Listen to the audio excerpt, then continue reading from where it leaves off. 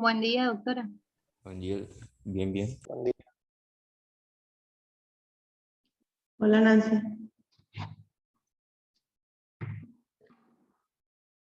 Bueno,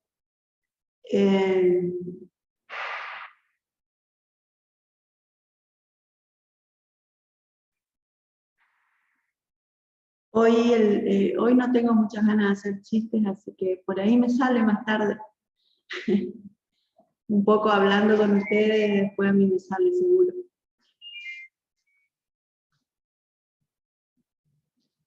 El tema de hoy son dos temas, pero son bastante cortitos, ¿sí? Así que el primer tema, poner en 20 más o menos. ¿Cuánto vos pusiste? Sí, 22, ponele 22. No hace tanto calor. El tema es uno de los temas de forceps, que es bastante corto. Gracias. El forceps es un instrumento que fue ideado hace mucho tiempo,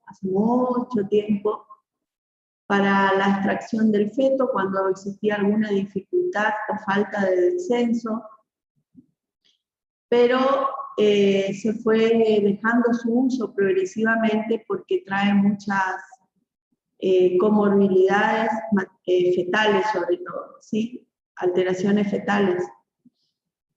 En algunas maternidades se sigue usando, en otras ya la erradicaron, sobre todo en la Argentina, y en la escuela española, yo siempre le digo que la escuela española, la obstetricia española, es una de las grandes madres de las obstetricias, son los que siempre están manejando todo este tipo de temas, y sobre todo el tema, incursionando sobre todo el tema de prácticas en la obstetricia. Y en la práctica del forceps en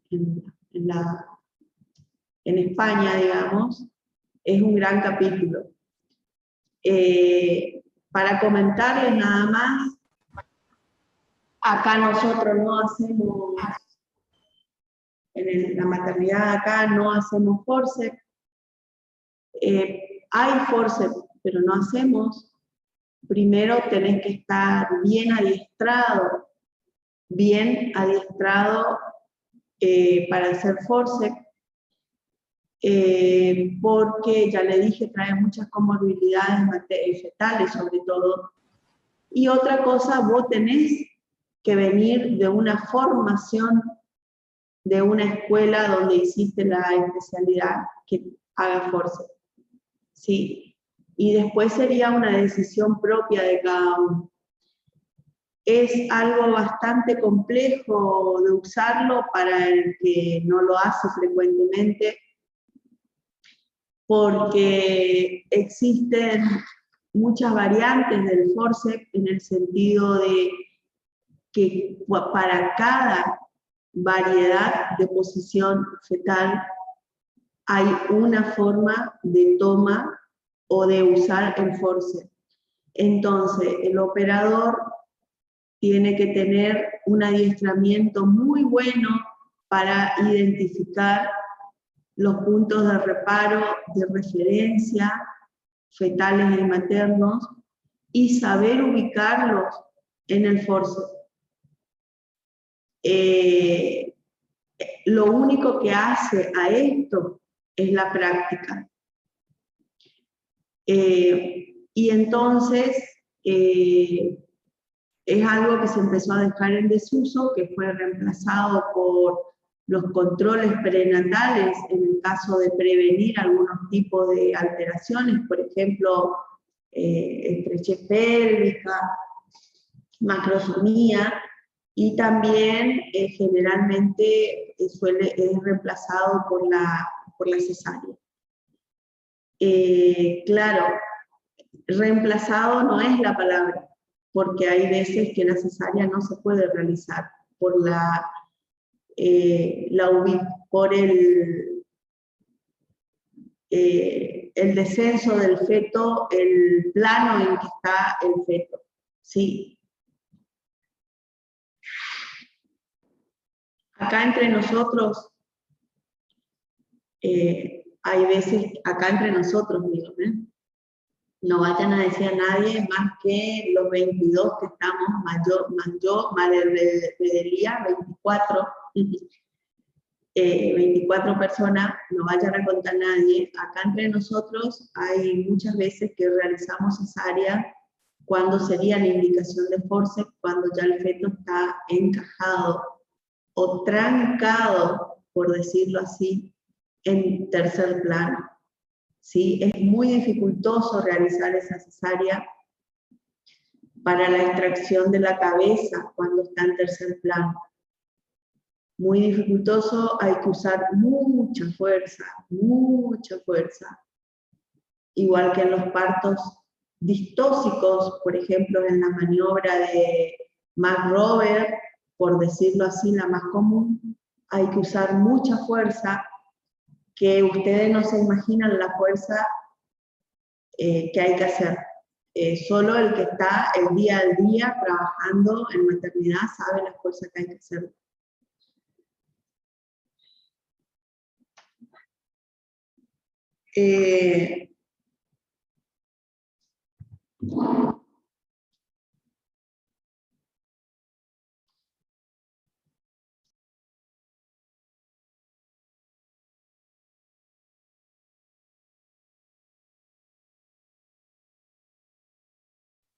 Doctora, al micrófono.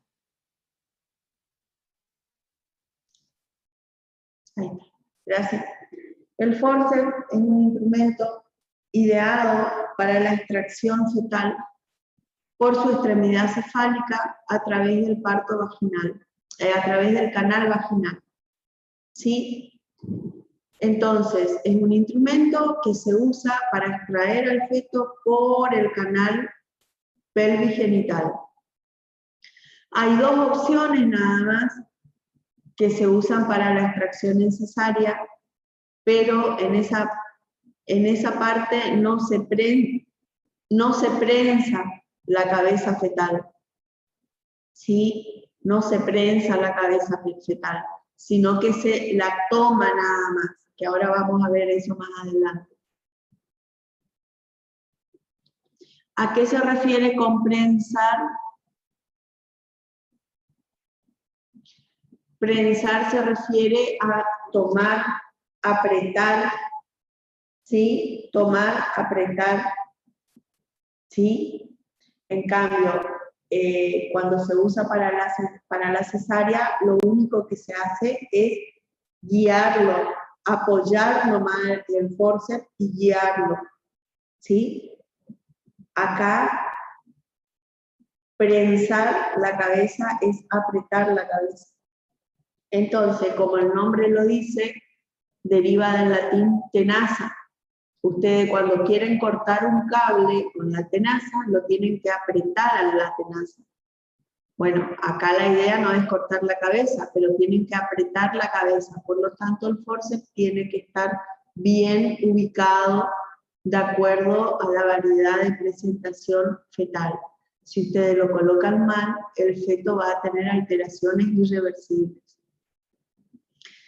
Va a constar, hay diferentes tipos de forceps, todos tienen la misma función y son muy parecidos en el modelo, por decirlo así, y cada uno va a recibir el nombre de quien lo ideó. Así, por ejemplo, el forceps de Rubier, por ejemplo, para acordarnos de nuestro viejo amigo Rubier, que tantas noches nos develó. Rubier, por ejemplo, el forceps de Rubier, el forceps de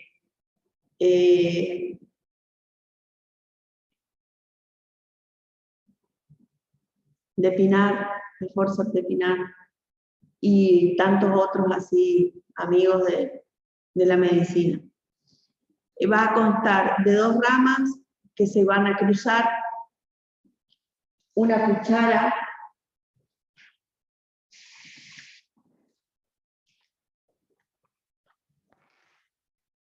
va a contar de 2 ramas que se van a cruzar, una cuchara que va a estar en la punta, una cuchara que va a estar en la punta, esta cuchara va a ser hueca, la cuchara va a ser hueca, esta cuchara es curva y se adapta a la circunferencia fetal en el ángulo parieto-malar del feto. Parieto-malar del feto. Acá va a tener un mango y en el medio va a tener un sistema de trabas. Que ese sistema de trabas lo que hace es, una vez que el operador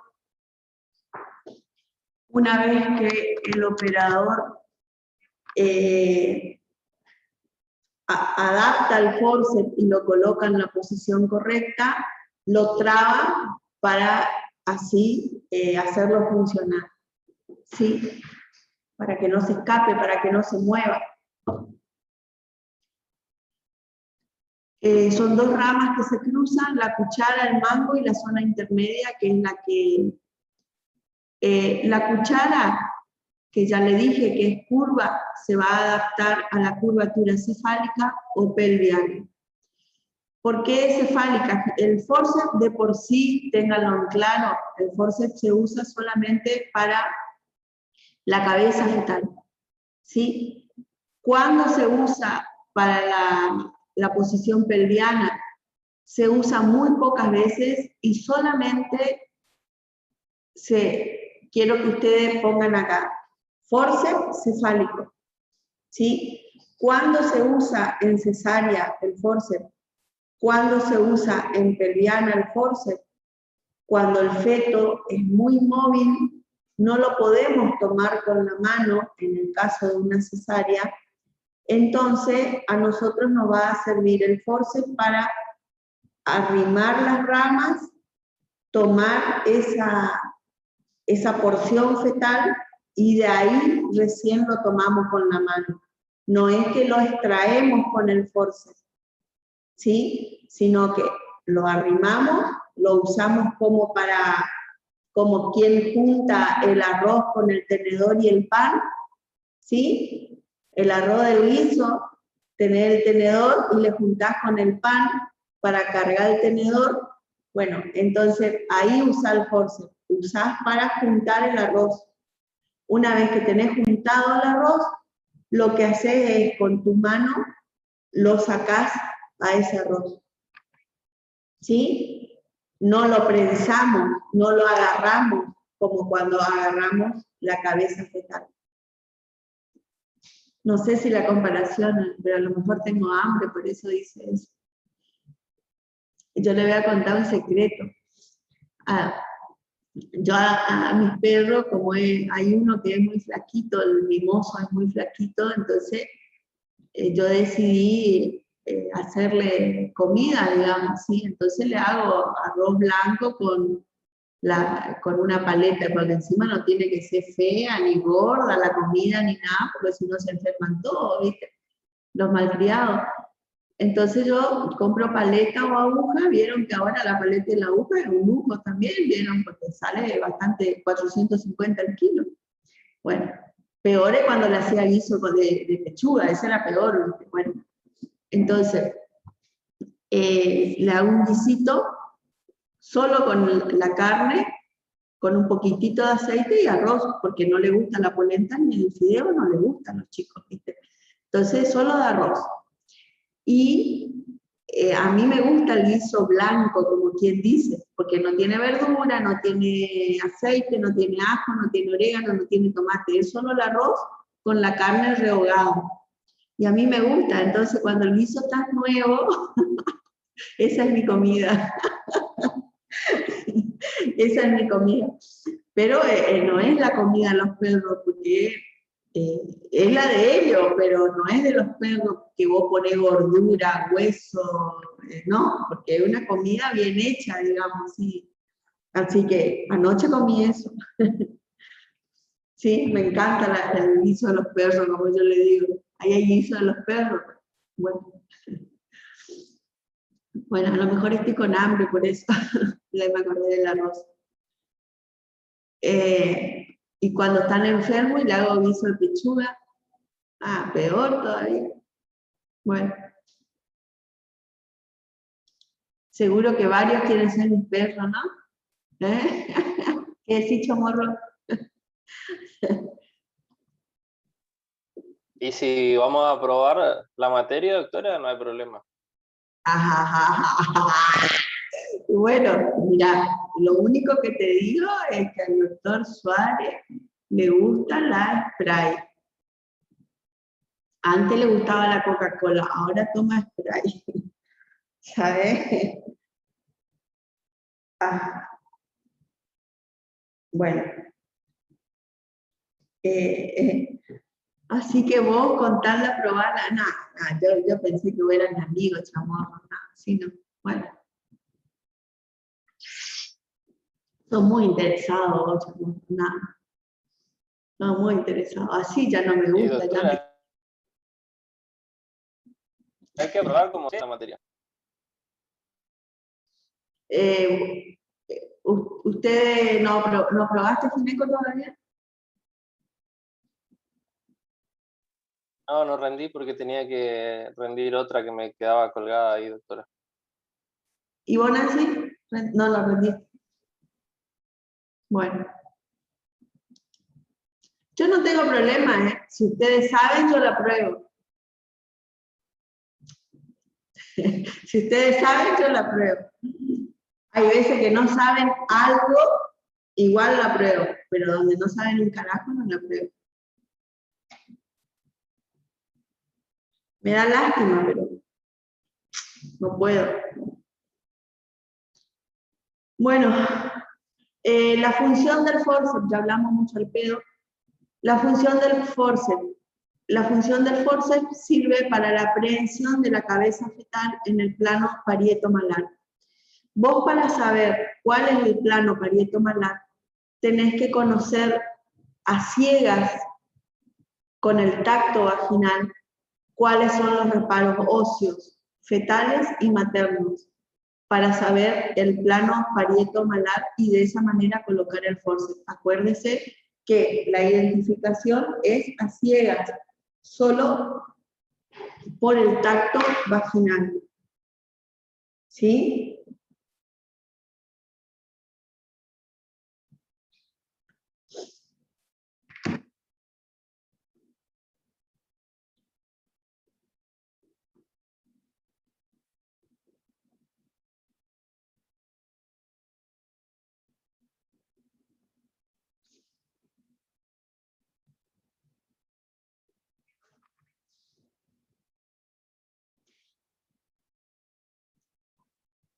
Bueno,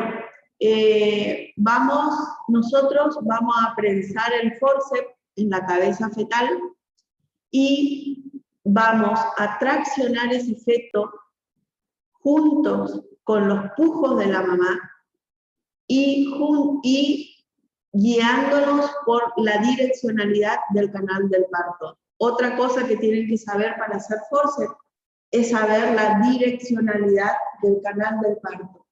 ¿Está? Y realizar los movimientos, las rotaciones que hace el feto, mejor dicho, en forma pasiva, cuando desciende en el canal del parto.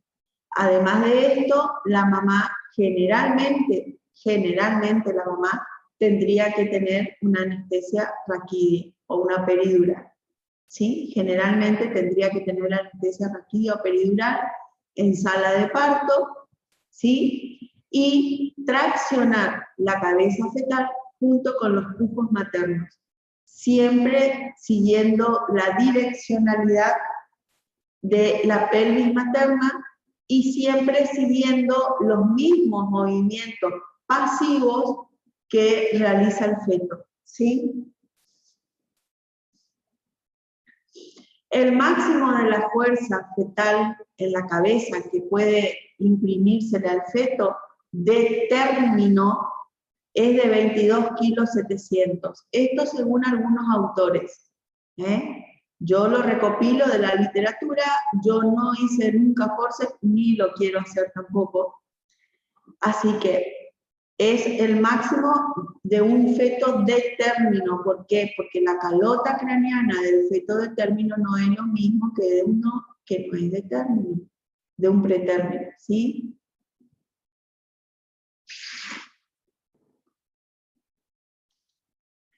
Las condiciones de aplicación del forceps. Cuando nosotros, y yo suelo, la única que pregunta forceps soy yo.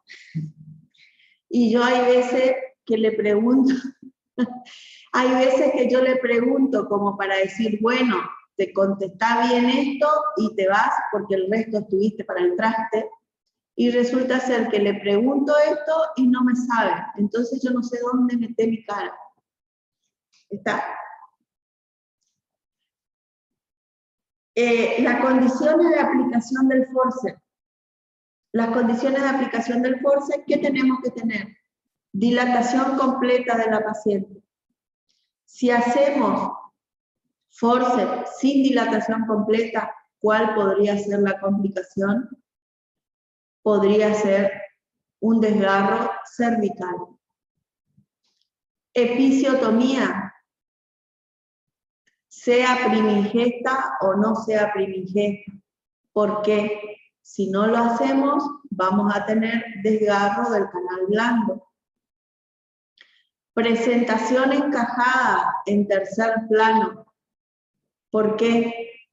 Porque si el feto está más arriba que del tercer plano, ustedes no pueden, es muy difícil identificar los puntos de presentación fetal, ¿sí? Los puntos de referencia fetal.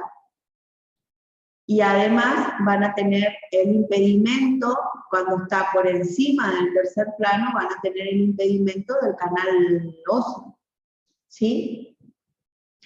Tiene que haber una proporcionalidad feto-materna. ¿Qué significa eso? Pregunta.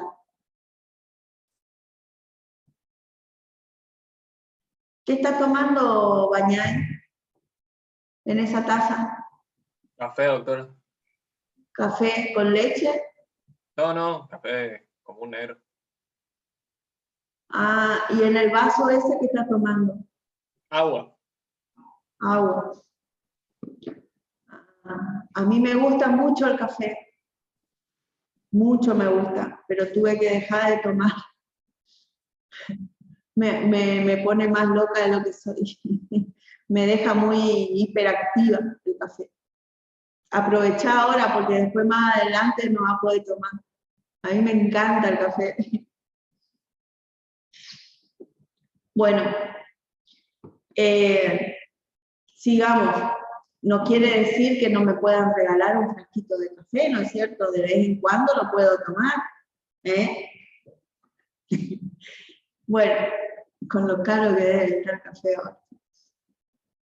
Sos un afortunado, Bañay, que estás tomando café.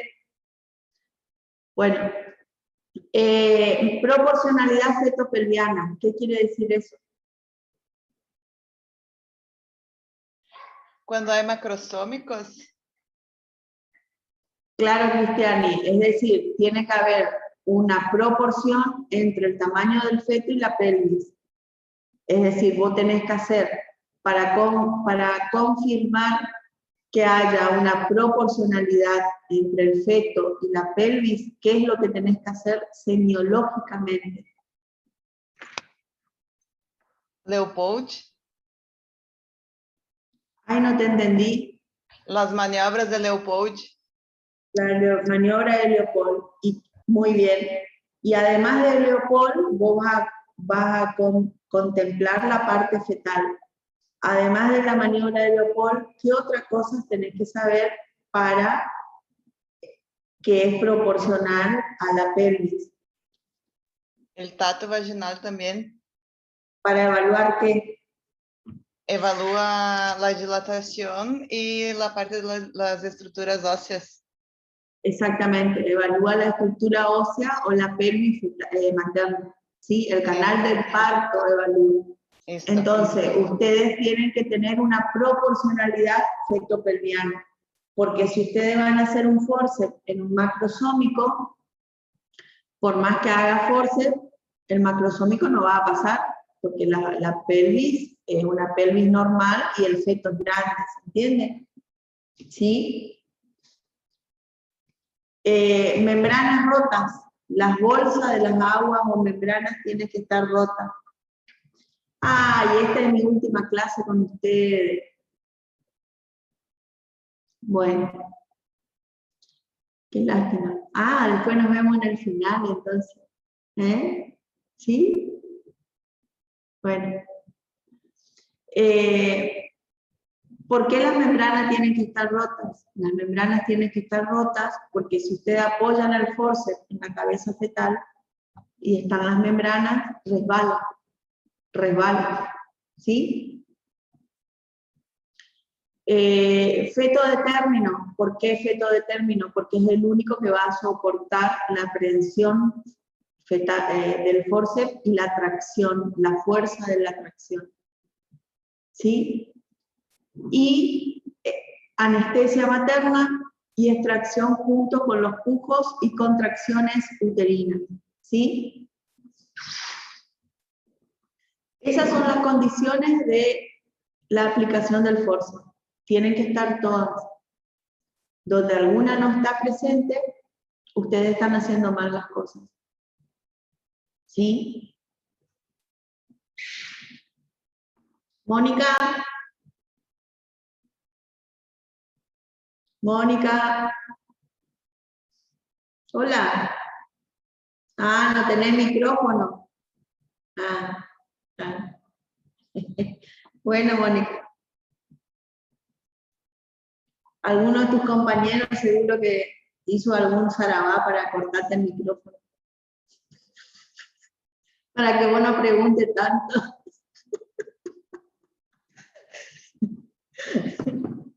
Pero siempre le digo, es preferible preguntar ahora porque después no van a poder preguntar. En el final digo. Después que se reciban, sí van a poder preguntar. Está el Google. Bueno, la técnica de aplicación, ¿cuál sería? La paciente tiene que estar vacía, la vejiga y el recto, es decir, hay que tratar de vaciar rápidamente. Cuando ustedes toman la decisión de hacer un forceps,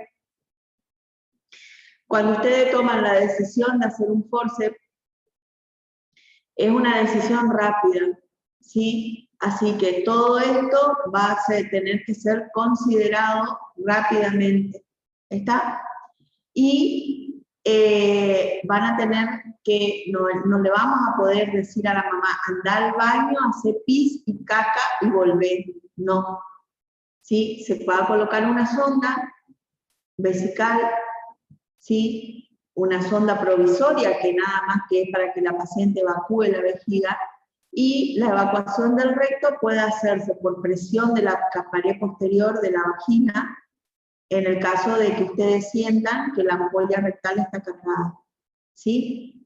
¿Por qué? Porque esas dos estructuras, si están llenas con orina o materia fecal, van a ocupar lugar, ¿sí? Otro, asepsia de la región vulvo-perineo vaginal, ¿sí? Vulvo-perineo vaginal. Y la parte vulvo-perineo vaginal y anestesia materna, como yo le había dicho, ¿sí? Pero son cosas que hay que realizarse rápido, hay que realizarse rápido porque el feto está en tercer plano, seguro que va a haber un sufrimiento fetal y esto tiene que ser rápido.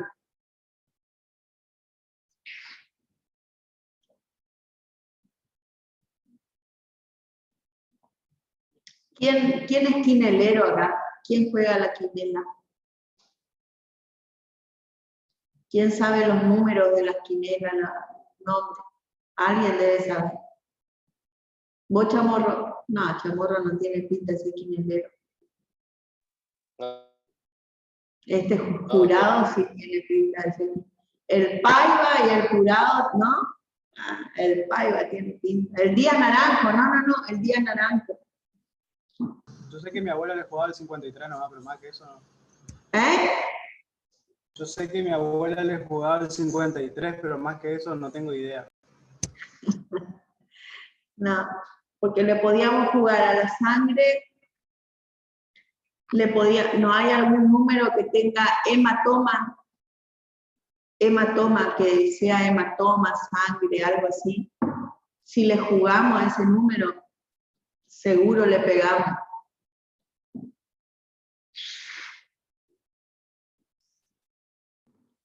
Bueno, mi guardia de ayer fue catastrófica. Bueno, indicaciones fetales. ¿Cuándo hacemos el forceps? Las indicaciones fetales, acuérdense que pueden ser absolutas o relativas. En este caso van a ser todas relativas, ¿sí? Eso entre nosotros.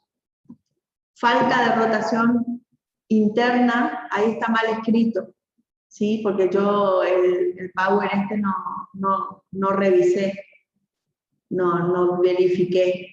Falta de rotación interna, ¿sí? Falta de rotación interna del feto.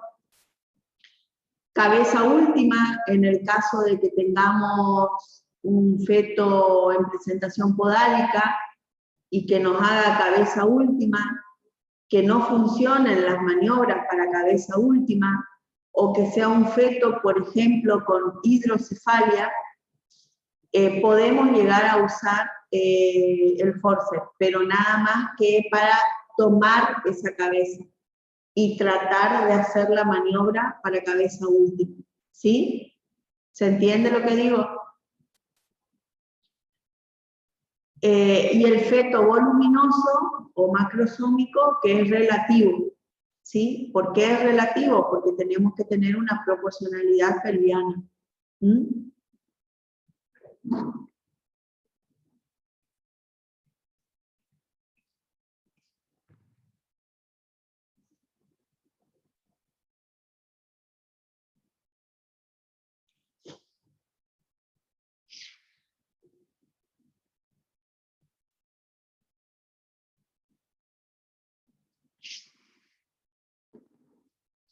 Bueno, las indicaciones maternas serían distosia de partes blandas, y yo le diría, es relativo esto, porque si la mamá tiene una distosia de partes blandas, como la que me pasó ayer, y se desgarró hasta el apellido, el feto ocupa un lugar en la pelvis, ¿no es cierto? Si vos le pones el forceps es otro objeto, va a ocupar más lugar. Por lógica, si vos tenés una distosia de partes blandas, al colocar el forceps vas a complicar más aún la situación, ¿sí? Pero eso es relativo también, porque va a depender en el estadio, en el plano en que esté el polo fetal, que no nos dé tiempo a hacer la cesárea, ¿se entiende? ¿Sí? La inercia uterina, más que nada acá le pondríamos inercia uterina, sería detención del trabajo de parto, falta de dinámica uterina. Acuérdense que cuando nosotros tenemos una hipodinamia, tenemos que investigar cuál sería la posible causa de la hipodinamia, ¿sí?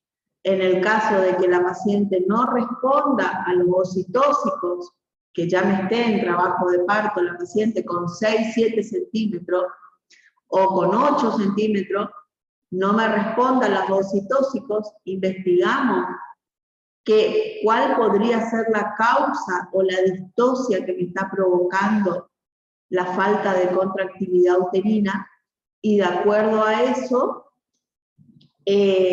podemos tomar la decisión de ayudar a esa mamá, a ese feto, para extraccionarlo, para sacarlo, ¿sí? Anaí, ¿yo te conozco a vos de algún otro lado? Sí, doctora, puede ser. Usted me tomó gineco. Vos era la que yo te hice venir enfrente a la facultad para decirte la nota. Sí, sí. Sí. Ella quería saber más la nota, y yo no le dije. Entonces le dije que me espere enfrente a la facultad, que yo le iba a decir la nota. Entonces ella me esperó, y yo cuando salí le dije la nota. Sí, Bueno, me hizo ir.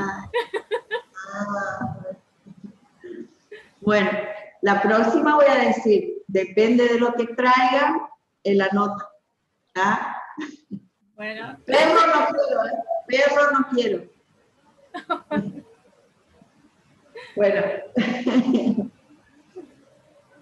Eras vos entonces, Anaí. Bueno. Sí. Fue cuando, el año pasado fue. Sí, en diciembre. Bueno, edema agudo de pulmón, seguimos. Edema agudo de pulmón o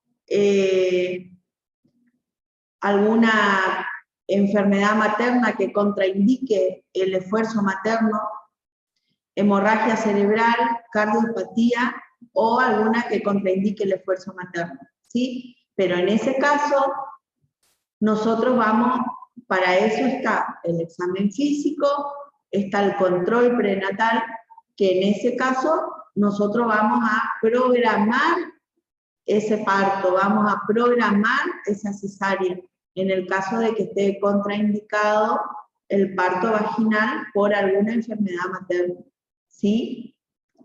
¿Vos sos la que caminás en la Plaza Colón también? ¿No? No.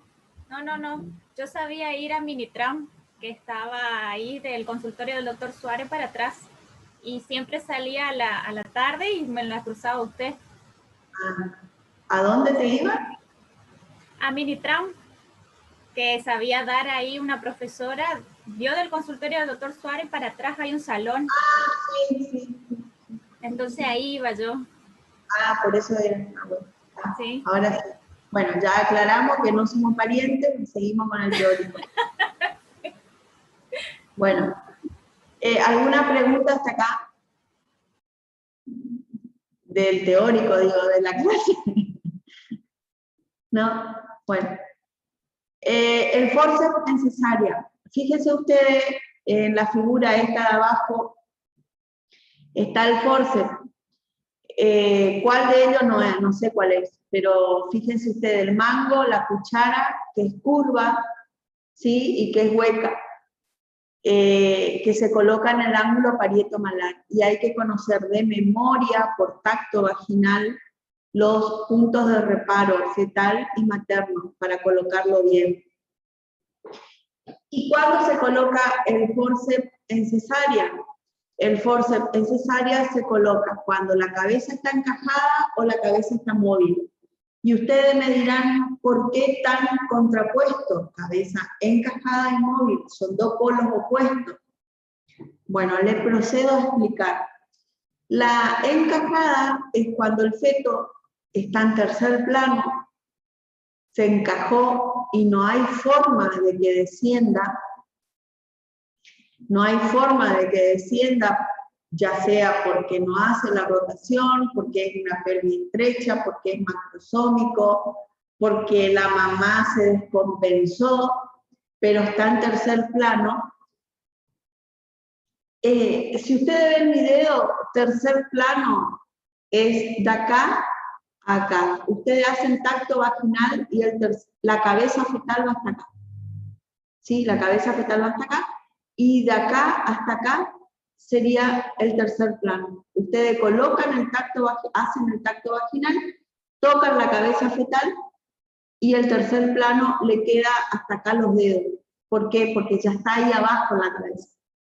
¿Está? Para que ustedes tengan una relación en el canal del parto. Colocan el tacto vaginal, está la cabeza ahí, ¿sí? Ahí chocan con la cabeza. Ese es el tercer plano.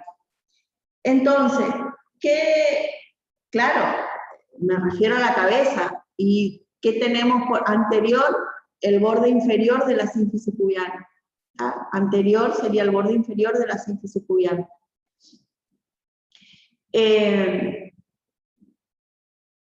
Ahí la cabeza estaría encajada. No se mueve de ahí la cabeza, entonces decidimos hacer cesárea. Y al hacer la cesárea, colocar la mano para la extracción de la cabeza fetal implica mucha profundidad en el canal del parto, implica que puede tener desgarros de la parte uterina, implica muchísima fuerza. Entonces, lo que nosotros hacemos es, bueno, en realidad ustedes me dicen, me preguntan, ¿usted usa eso, doctora? No, acá no usamos, pero se hace en otros lados. Acá alguno de los colegas hace, no hace, pero en otros lados se usa. ¿Está? Lo que nosotros hacemos es, con la mano hábil para extraer la cabeza fetal, que cada uno tiene su mano hábil, en el caso mío es la izquierda, vos colocás la mano, te vas por la parte abdominal, por el orificio de la cesárea, te vas hasta la cabeza fetal, agarrás la cabeza fetal acá y la traccionás hacia arriba. Es impresionante la fuerza que tenés que hacer. La mano te queda así, tenés que recuperarte porque consume toda la acetilcolina, tu mano consume toda y el brazo consume toda la acetilcolina. Entonces, es elevar desde el tercer plano, elevar con mucha fuerza hacia arriba la cabeza fetal. Fíjense ustedes el dibujo que está encima del forceps. Esa paciente ese feto está en tercer plano. Fíjense ustedes que el borde está sobre la parte inferior de la sínfisis pubiana y por detrás está por debajo del promontorio, que ya va a estar en el coxis. Esa está en tercer plano, ¿sí? Entonces, ustedes desde ahí tienen que subir la cabeza. ¿Está? Entonces, para aminorar o ayudar a disminuir esa fuerza que ustedes hacen para subir la cabeza fetal, para extraerlo por cesárea, pueden colocar las cucharas del forceps hasta abajo, no prensar, sino tomar nada más y tratarlo de subirlo hacia arriba. ¿Sí? ¿Por qué? Porque si ustedes lo prensan, tienen que saber los puntos de reparo y de referencia, porque si no le van a encajar la cuchara del forceps en el ojo del feto. ¿Se entiende? Entonces, de igual manera, tienen que saber los puntos de reparo y referencia, ¿sí? Porque la cuestión es que no le van a encajar la cuchara en el ojo, o en la nariz, o le van a dejar con una parálisis facial. Entonces, se usa para traccionarlo, no prensarlo, sino traccionarlo hacia arriba. Nosotros particularmente no usamos eso, el forceps para eso. Otra una pregunta. Sí. Fíjense la pregunta, por favor. Bueno, a ver qué. Y yo voy a evaluar por el partograma y más o menos cuánto tiempo yo voy a tener en cuenta que hay una distocia. Y generalmente la distocia vos la evaluás por el examen físico. Si tiene una distocia macrosómico, por ejemplo fetal, o una distocia de presentación, o una distosia de partes blandas o de partes óseas, eso lo evaluás por examen físico, no por el partograma. Sí, sí, pero si empieza el parto y por ahí hace una parada de la decida y no progrese, no hay más progreso. Y sí y no, ¿sabes? Porque después de un tiempo, la verdad es que no necesitas el partograma para darte cuenta si está demorado o no. Ahí salió una chica de tu pieza, se está escapando la chica de tu pieza. Y yo estoy mirando. Bueno, no sé dónde se fue. Bueno. El tema es este. Vos después de un cierto tiempo no necesitas el partograma para saber si está demorando o no. Porque un feto en tercer plano va a depender si es primigénito. ¿Por qué apagaste? Yo quería ver dónde se fue la chica. El feto va a depender. ¿Ahí volvió? Bueno. El feto va a depender si está en tercer plano, si es, por ejemplo, una primigesta o si es una multípara. Si es una multípara, del tercer plano al cuarto, es rapidísimo, es un suspiro. Ahora, en una primigesta no es un suspiro, puede demorar hasta media hora. ¿Está? Entonces, va a depender si es multípara, ahí sí vos vas a tener que tener en cuenta los datos del partograma que tiene al costado. Pero después de un tiempo, vos no necesitas fijarte, digamos, ya lo relacionás, digamos, ¿sí? ¿Se entiende? Pero en realidad sí. Vos me decís cuánto tiempo pasa de tercer plano a cuarto. Si tenemos que fijarnos en el partograma, esa sería tu pregunta. Y sí, tenemos que fijarnos. La primigesta demora media hora, 20 minutos, media hora. Generalmente, porque no todos son iguales, ¿sí? Y la multípara es cuestión de minutos nada más. Sí, el partograma. Pero después con el tiempo ya no necesitas más eso, digamos, ¿sí? Ahí entró de nuevo a tu pieza y llevaba algo, ¿eh? Te están robando la casa y vos no te das cuenta. No se está robando nada. Después tenemos un bebé acá ahora que está escuchando la clase. Hay un bebé que está escuchando la clase que se parece a alguien que yo conozco. Bueno, sigamos, porque los otros están durmiendo, Dos Santos. ¿Contestada tu pregunta? Sí, profe, gracias. El pronóstico va a ser muy malo, mortalidad fetal, sobre todo al no cumplir los requisitos. Al no cumplir los requisitos, ¿qué se producía? Desgarro cervical y vaginal. Cuando no estaba en dilatación completa y cuando no se hacía la episiotomía. Lesiones vesicureterales o fístulas posteriores, en el caso de haber desgarro del canal blando. Lesiones del esfínter anal y del recto, que son muy comunes. Y la morbimortalidad neonatal es hasta el 10%, depende de la cantidad de forceps que realicen en esa maternidad. ¿Sí? Parálisis facial, hematomas de cara y cuero cabelludo, traumatismo de ojos y trastorno de la irrigación cerebral. ¿Sí? Trae muchos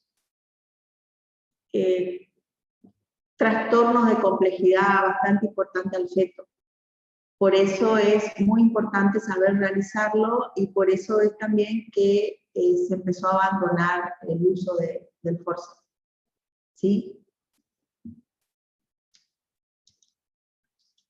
Bueno, ¿alguna pregunta que sepa contestarle?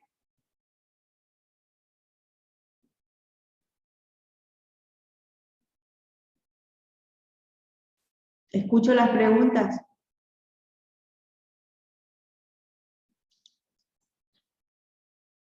Va, se apagaron todos los micrófonos.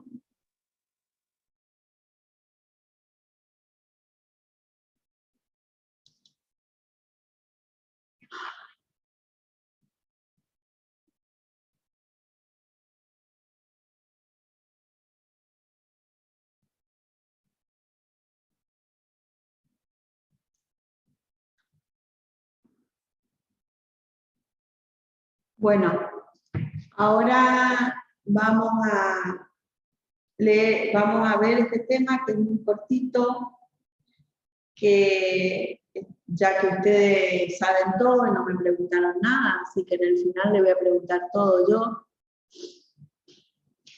Y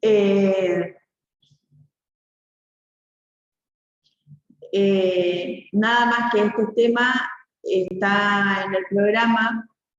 Seguro que ustedes saben más de este tema que yo, porque acá entraría el sistema de coagulación, ¿sí? El ciclo de Krebs, por decirlo así, el ciclo es mirá, famoso ese. Bueno, acá estaría el sistema de coagulación, que nunca todos nos terminamos de aprender todo, porque es re largo, es re asqueroso. Así que esa parte, como ustedes saben, yo la voy a tratar de obviar, porque sé que ustedes saben el sistema de coagulación, todos los factores y todo eso, que yo también me sé de memoria, pero vamos a obviar para hacer más corto la clase. El sistema de coagulación, mejor dicho, la coagulación intravascular diseminada, puede tener varios orígenes, que sería la activación del sistema de coagulación con generación de trombina y consumo de los factores. Y ustedes saben que puede desencadenar alguna patología que puede ser por actividad del sistema de coagulación, por alteraciones vasculares, pueden ser, por ejemplo, las tromboplastinas tisulares. Las tromboplastinas tisulares son secretadas por la placenta.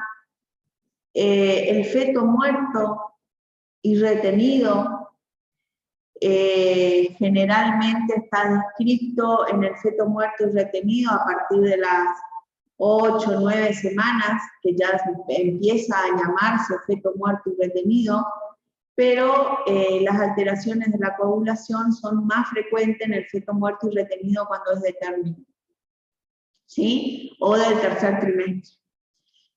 ¿Por qué? Porque va a empezar a secretar, tanto el feto como la placenta, van a empezar a secretar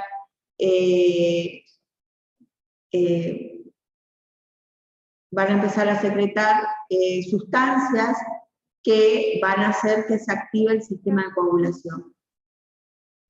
También algunas patologías que no entran en este caso, como la leucemia, tumores productores de leucina o toxinas bacterianas que producen una coagulación inducida, ¿sí?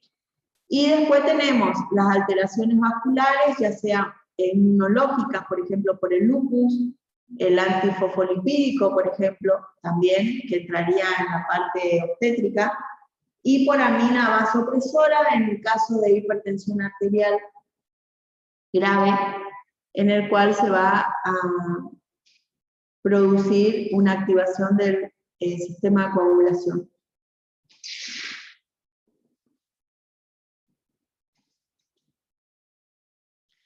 Las enfermedades asociadas a la obstetricia o a la parte de ginecología o obstetricia, que van a producir o pueden llegar a producir trastorno en la coagulación en la paciente son desprendimiento placentario, desprendimiento prematuro de placenta normoinserta, sería. ¿En qué caso se va a producir el desprendimiento prematuro? El caso más frecuente en la obstetricia.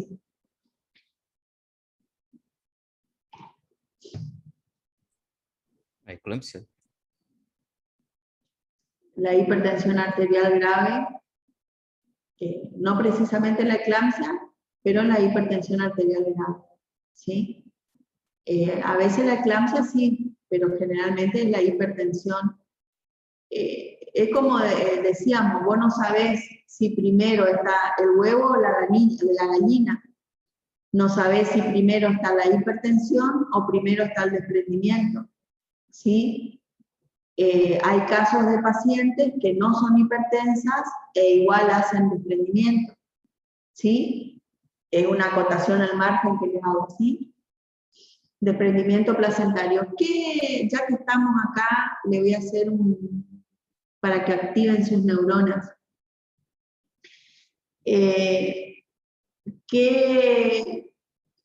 ¿Qué produce en el útero el desprendimiento placentario? Digamos, ¿qué produce como consecuencia en el útero el desprendimiento placentario? O en el embarazo, en el feto también, ¿qué produce? En el feto, sufrimiento fetal. Sí, sufrimiento fetal y muerte fetal bastante rápida. ¿Y en el útero? Hemorragia. ¿Dónde?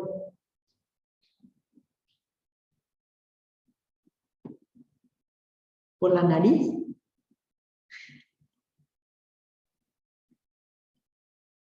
Ahí hemos ginecorragias. Claro, el desprendimiento placentario estaría dentro de una de las hemoginecorragias del tercer trimestre, que es un tema que se pregunta bastante en el examen. Que entraría desprendimiento de placenta, placenta previa, rotura uterina y rotura de la base previa, que serían las hemoginecorragias del tercer trimestre. ¿Sí? Son esas 4 entidades que entran en la hemoginecorragia del tercer trimestre. El desprendimiento placentario produce hemoginecorragia. La hemoginecorragia, ¿cómo es? Que sería hemorragia externa. ¿Cómo sería? Ustedes tienen que hacer la diferencia, porque existe la diferencia de la cantidad, tipo y color de la hemoginecorragia de un desprendimiento de una placenta previa y de una rotura uterina. ¿Cómo sería la hemoginecorragia del desprendimiento placentario? La sangre es oscura. Sangre oscura. ¿Con o sin coágulos? Sí. No, te estoy preguntando, ¿con o sin coágulos? Con coágulos. Con coágulos. Con coágulos oscura. ¿Por qué? Porque esa sangre está viniendo del desprendimiento placentario, rodea las membranas y sale por genitales externos. ¿Está? ¿Qué otra? Y esa misma sangre que produce el desprendimiento placentario, que es por la alteración de los vasos, etcétera, etcétera, ¿qué va a producir en el músculo uterino? Se produce el hematoma. ¿Por qué se produce el hematoma en el músculo uterino? ¿Qué va a haber con esa sangre? ¿Va a haber Contracción dolorosa, doctora.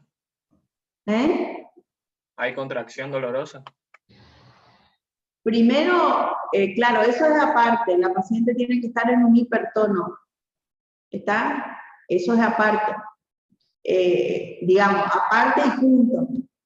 No es lo que estoy preguntando, pero también la paciente va a estar en un hipertono, es decir, el útero no relaja, y eso era lo que yo me equivoqué hoy y le dije, nosotros no sabemos si está el huevo o la gallina, si primero está el desprendimiento y después le sigue el hipertono, o primero está el hipertono y después el desprendimiento.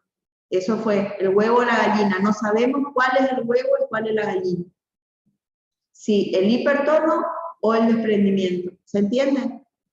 Yo le dije mal eso hoy. Entonces, ¿cómo la pregunta, doctora? ¿Qué produce? La compañera dijo acá que va a producir un hematoma, una infiltración de sangre en la musculatura uterina. ¿Está? Ese hematoma, esa infiltración de sangre, nosotros cuando tenemos un desprendimiento uterino, un desprendimiento placentario o tenemos un hipertono, ¿cuál sería la conducta obstétrica para que nazca ese feto?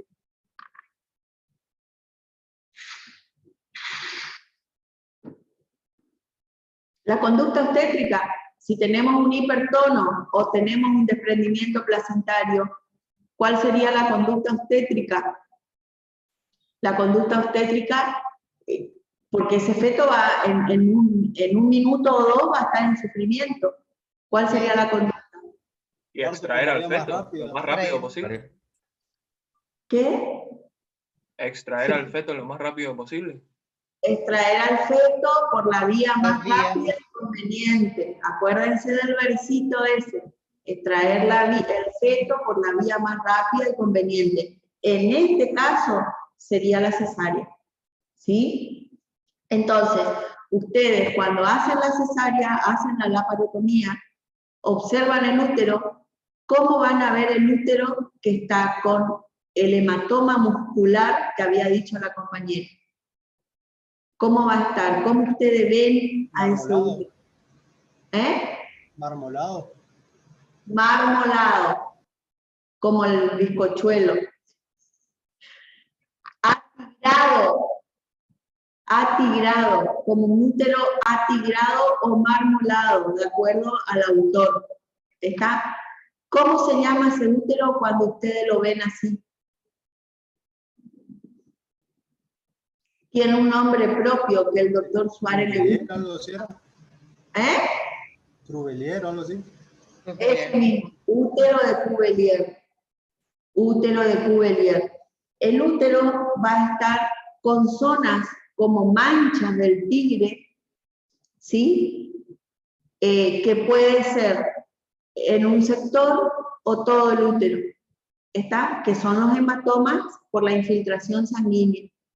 Esa parte donde está infiltrado la sangre, ese músculo en ese momento no va a estar funcionando, no funciona ese músculo. Entonces, una vez que sacamos al feto, sacamos la placenta, ese útero tiene que formar, ¿qué? Para ser un puerperio normal, ¿qué tiene que formar después de la extracción del embarazo? El globo de seguridad. El globo de seguridad de Pinar. Ese. El globo de seguridad de Pinar tiene que formar. ¿Qué es lo que pasa? En esa zona donde hubo la infiltración del útero por el componente sanguíneo, no funciona la fibra muscular. Entonces, va a producir o puede llegar a producir una hipotonía uterina, ya sea intracesárea o en el puerperio inmediato. ¿Por qué va a producir una hipotonía uterina?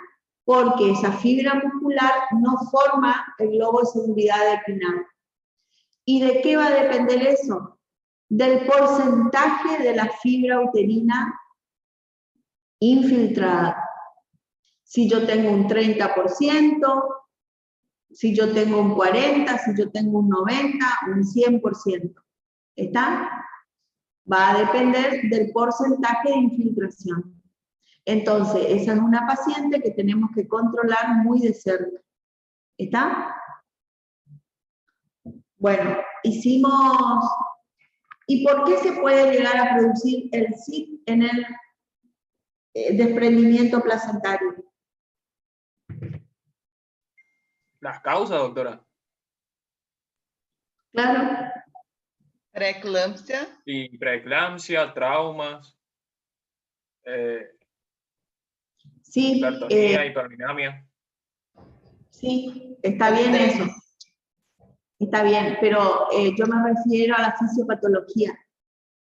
¿Por qué se produce el SIP en el desprendimiento? ¿Qué es lo que pasa ahí? La fisiopatología más que nada, ¿no? A eso. Y porque se acumula sangre entre la pared muscular y la placenta, ¿sería?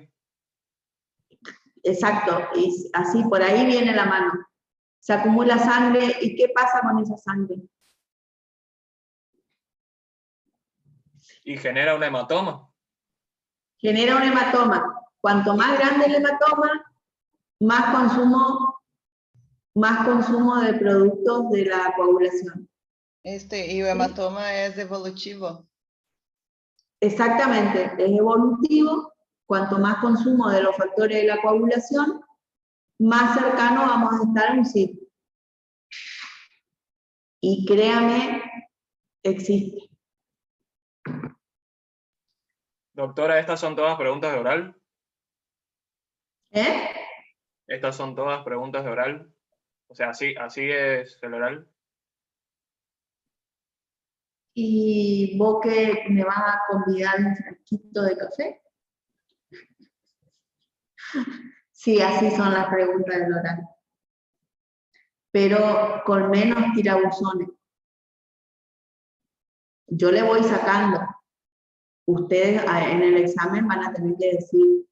Y por eso es que yo le hago sin querer y porque a mí me gusta, le voy tirando para que ustedes sepan, porque acuérdense que cuanto más saca corcho el profesor tiene que usar, más te cansa. ¿Entendés? Entonces, ustedes tienen que tratar de ser más fluidos, ¿se entiende? En el tema. Pero así es, el final es así. Con menos saca corcho, claro está. ¿Eh?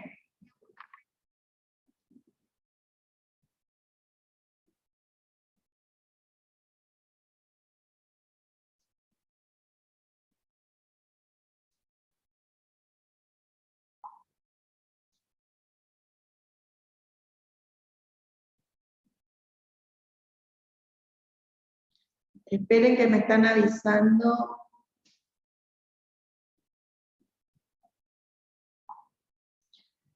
Sácame la foto de la primera hoja y de la segunda hoja del carnet de vacunación tuyo y de papá. Y mandame.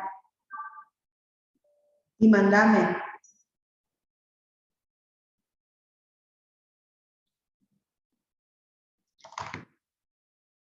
Bueno, feto muerto y retenido. Feto muerto y retenido es otra.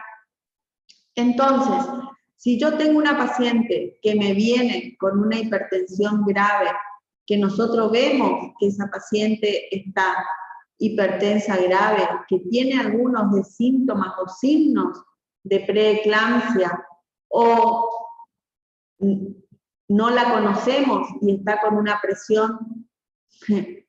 ¿Saben cuánto tuvo mi presión anoche? 210, 110. Yo no sé si agradecer que estoy sentada acá o usted agradecer que yo le esté dando clases.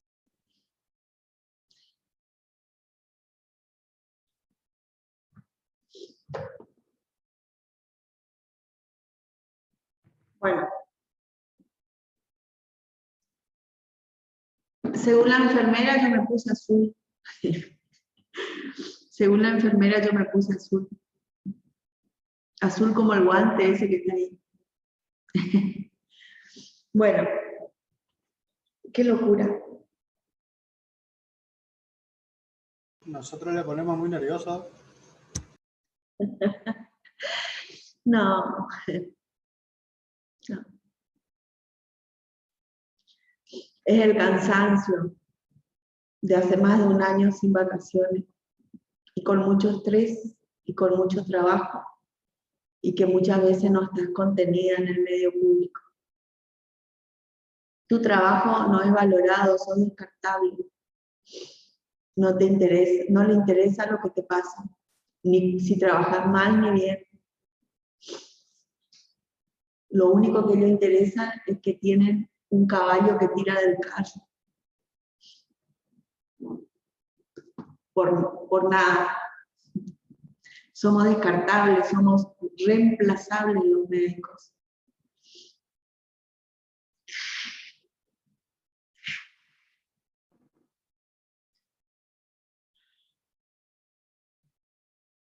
Inclusive anoche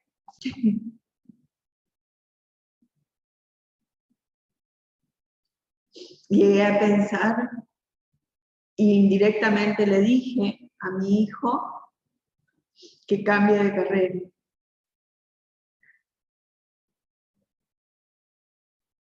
Y me dijo que no quiere.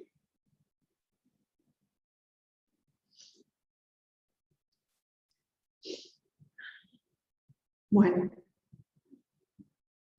aprovechen ustedes que todavía no se recibieron, antes de hacer una residencia, vean la posibilidad de irse a otro país a trabajar. En España se trabaja muy bien y creo que me tiraron el dato que tiene convenio con la Barcelona.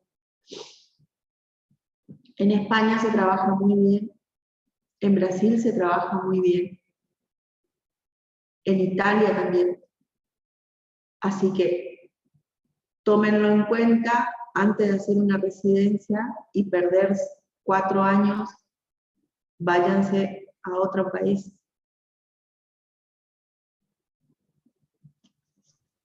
Doctora, sí, tiene convenio con España, pero por la pandemia está todo trabado, nosotros no podemos hacer nada. ¿Qué dijiste? Que la Barceló sí tiene convenio con España, pero ahora por pandemia está todo trabado. No nos podemos ir a ningún lugar, ni siquiera podemos irnos de Santo Tomé si queremos hacer cambio de sede o algo. Nada es absoluto, todo es relativo, lo único absoluto es la muerte. Eso va a depender de los contactos que vos puedas mover nada más.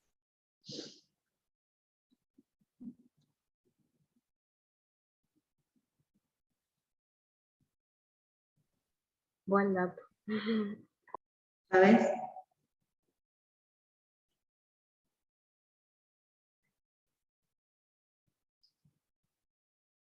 Así que le ofrecí a mi hijo que, o después que termine, que se reciba, o en el caso que decida en algún momento no seguir la carrera, de estudiar otra cosa que a él le gusta mucho, que él ya lo tiene muy claro. Así que imagínense que yo anoche le ofrecí eso.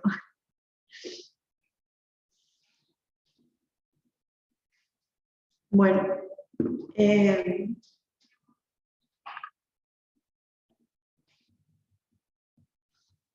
otra vez disculpen a la vieja. Discúlpenme.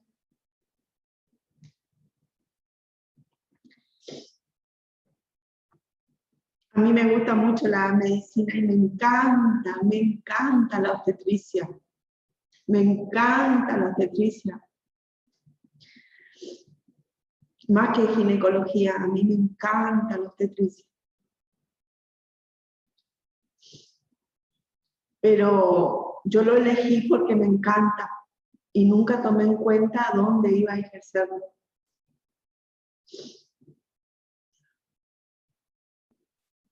Bueno, el feto muerto y retenido. El feto muerto y retenido, ¿cuál sería la fisiopatología del cisto? Fisiopatología, dije, vaginal.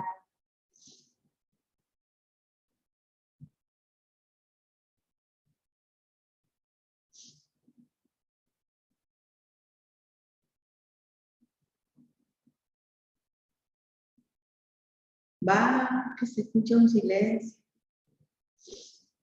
Se escucha el silencio, ¿eh? Ustedes saben bien que el silencio se escucha. Feto muerto y retenido. Yo dije hoy al principio, el feto muerto y retenido más de 7 días, más de 5 días empieza a liberar toxinas, igual que la placenta. Pasan a la sangre y va a empezar a alterar el sistema de coagulación. ¿Sí? Embolia del líquido amniótico también es otra causa. Generalmente la embolia del líquido amniótico suele producirse posterior a la cesárea. Hígado graso agudo en el embarazo.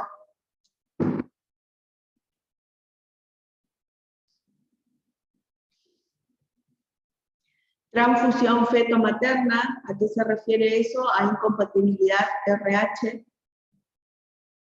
Cirugía mayor, en el caso de una cirugía mayor, más que nada se refiere a transfusiones sanguíneas, a una histerectomía post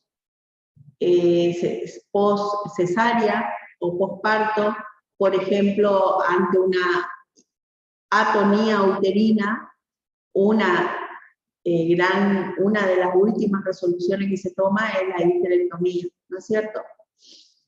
Toxinas bacterianas y virus, que eso más que nada es cuando la madre está en sepsis materna o el feto está en sepsis, en el caso también de feto muerto y retenido, donde va a haber colonización del feto por diferentes bacterias, por la maceración, ya cuando lleva mucho tiempo de macerado.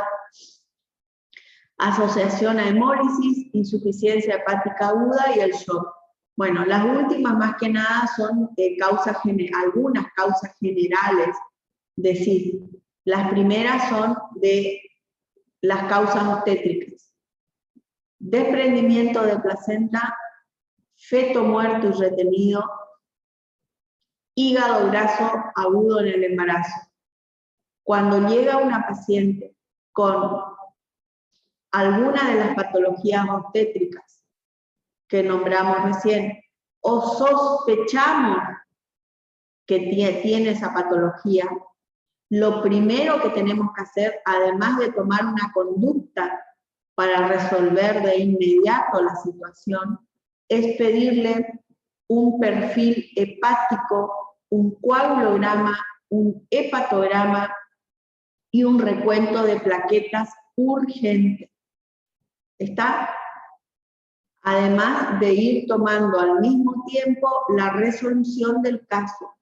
¿Por qué? Porque la mayoría de las veces, si el cuadro no está muy avanzado en la mamá, con la extracción fetal, con la resolución del cuadro que se realiza extrayendo al feto y la placenta, el cuadro de la mamá, si no está muy avanzado, involuciona.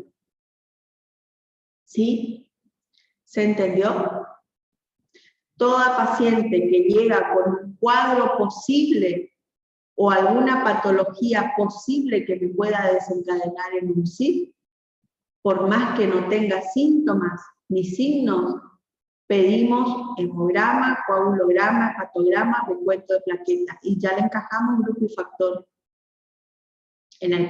¿Sí? Y acuérdense que la patología obstétrica se va a resolver, la patología general, digamos, el SIF, se va a resolver cuanto antes evacuamos a ese útero. Pero va a depender del estadio de que esté avanzado ese SIF. Las causas inmunológicas son la preeclampsia, como dijimos hoy, la púrpura trombocitopénica hepática, el lupus y la vasculitis.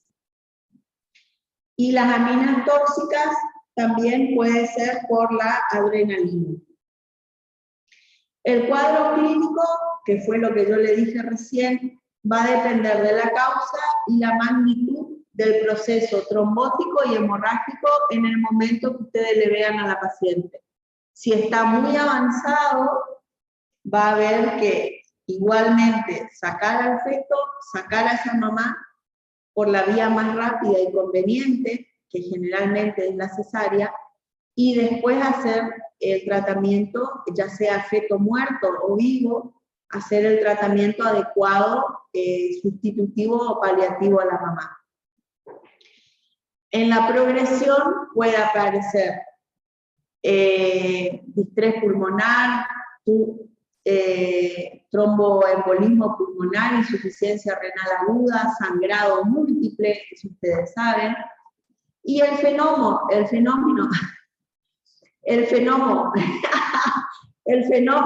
trombótico suele pasar inadvertido clínicamente y enmascarado por la enfermedad causal. ¿Por qué puse eso ahí? Para a ustedes hacerles recordar que ustedes van a ir al feto muerto van a ir al desprendimiento, van a ir a la hipertensión, ¿sí? Pero se van a dejar pasar por alto que atrás de eso viene una cascada que tal vez no esté funcionando bien. Entonces, cuando tenemos esa patología, lo primero que tenemos que pensar, por más que no tengamos síntomas ni signos, es la coagulación intravascular diseminada. Y tenemos que actuar para tal fin, que pidiendo un laboratorio completo a tal fin, ¿sí? Por más que a vos te enmascare el desprendimiento y quieras hacer la cesárea rápido antes que el feto muera, sí, también, pero tenés que actuar al mismo momento para ver si vos no estás en un sí. ¿Sí? Tenés que hacer las dos cosas al mismo tiempo. Tratar de salvar a ese feto, pero a la vez tratar de ver si la paciente no quiere inducir y si no te va a pasar algo en el puerperio inmediato o en la misma cesárea. Entonces, el fenómeno trombótico suele pasar inadvertido clínicamente, enmascarado por la enfermedad causal. Entonces, primer paso, organizamos para sacar a ese feto lo más rápido posible, aunque esté muerto. De esa manera vamos a estar tratando en cierta forma la enfermedad causal. Y al mismo tiempo tenemos que estar prevenidos y ver qué es lo que está alterado en esa mamá, para tratar de frenarlo y que no siga avanzando. ¿Sí? Feto muerto, desprendimiento prematuro de placenta no inserta, rotura hepática, preeclampsia grave o hipertensión grave. Hígado graso. El diagnóstico del SID es siempre diagnosticando la enfermedad causal, un cuadro clínico compatible y por laboratorio. Y acuérdense bien que hay veces que la paciente va a tener una epitaxis o una gingivorragia o síntomas leves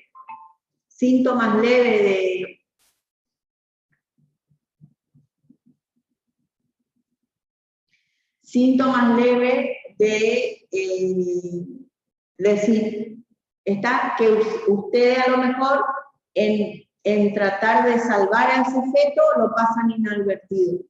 Ojo con esto, ojo. Acuérdense siempre, lo primero que tienen que hacer cuando ustedes tienen esta patología obstétrica es al mismo tiempo de sacar ese feto lo antes posible, esté muerto, esté vivo, es investigar cómo está esa mamá con respecto al SID. Las dos cosas son principales acá.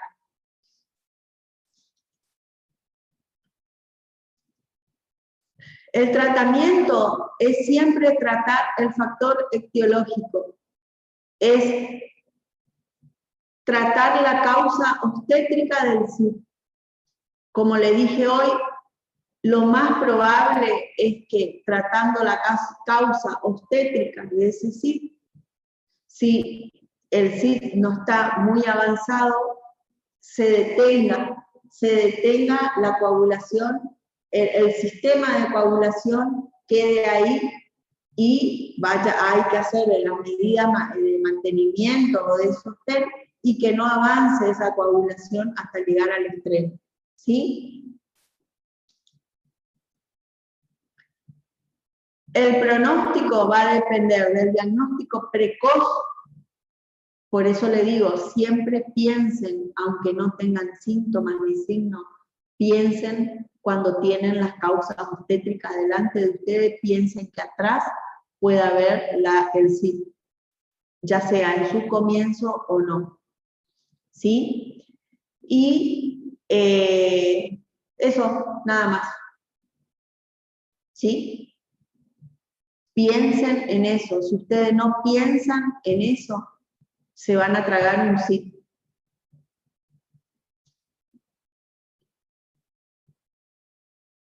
¿Alguna pregunta?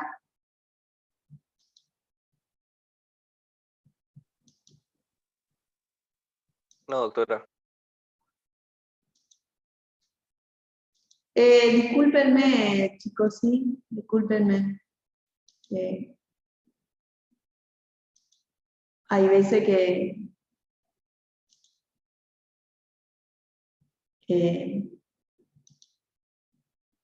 bueno, discúlpenme.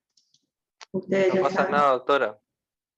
Ya sé, no pasa nada, pero tampoco se van a reír después de la vieja loca que se pone sentimental. No, nadie No, por favor, se doctora. ríe, doctora. Eso decía ahora que no rendiste todavía. Sí. ¿Está? Bueno, ya está. Ya está. Y tampoco es así nomás, nada más que todo depende de cada carácter. Cada carácter de cada uno, cómo reacciona ante los eventos, es la resiliencia, como dicen. Es la resiliencia, es la reacción de cada uno ante diferentes eventos. Va a depender de cómo es cada uno de nosotros. ¿Sí? Algunos le van a dar menos bola, otros van a ser más expresivos, otros menos. Y bueno, así somos nomás. Así como ustedes le ven al doctor Suárez una piedra por fuera, él no es así. Todos tenemos diferentes formas de canalizar nuestros conflictos y nuestros problemas, ¿sí? ¿Está? Y hay veces que no sabemos. Yo todavía no aprendí, me cuesta. Algún día aprenderé, ¿está? Así que, bueno, vayan a estudiar, y este sería mi último teórico de la carrera, de la cosa esta de obstetricia. Así que nos vemos en el final, que sería dentro de falta una semana, sería después del 17 el final. El 19, me parece, doctora. Si puede hacer un esfuerzo, doctora, estírele más todavía. Hable ahí con el doctor.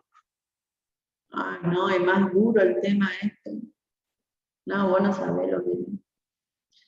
Él En junio, tranqui. él es muy objetivo, el doctor Suárez es muy objetivo, ¿sí? Él es demasiado objetivo, él es demasiado correcto, digamos, en ese sentido. Él no va a perjudicar ni va a tener favoritismo tampoco. ¿Está? Él es muy objetivo. Por más que vos seas amigo de él es muy objetivo con todos.